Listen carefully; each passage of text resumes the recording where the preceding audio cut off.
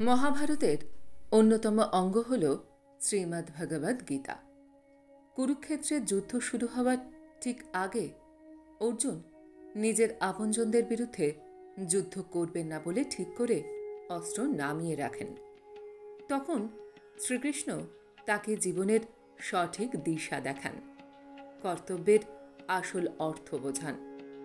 এত হাজার বছর পরেও গীতার বাণী আজও আমাদের জীবনে একইভাবে প্রযোজ্য ও উপযোগী।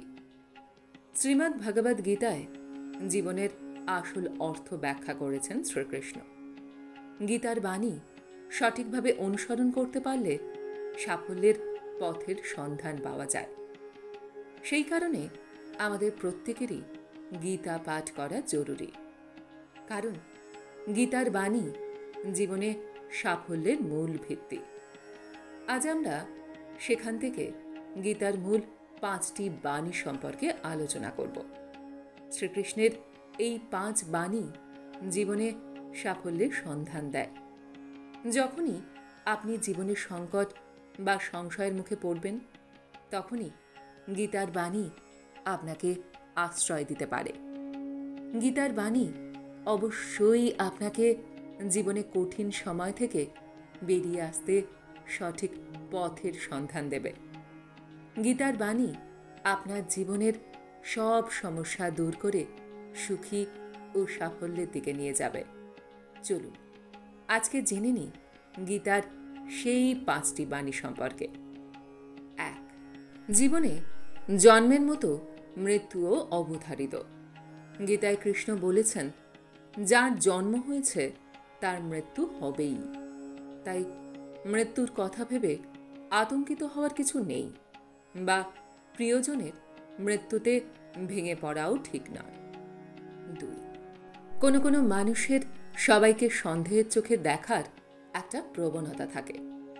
কোনো কারণ ছাড়াই এরা সবাইকে সন্দেহ করেন। কিন্তু যারা অন্যকে সন্দেহ করেন তারা জীবনে কখনো খুশি হতে পারেন না। অন্যকে সন্দেহের চোখে দেখলে সম্পর্কের ভালোবাসা ও পারস্পরিক আস্থা নষ্ট হয়ে যায়।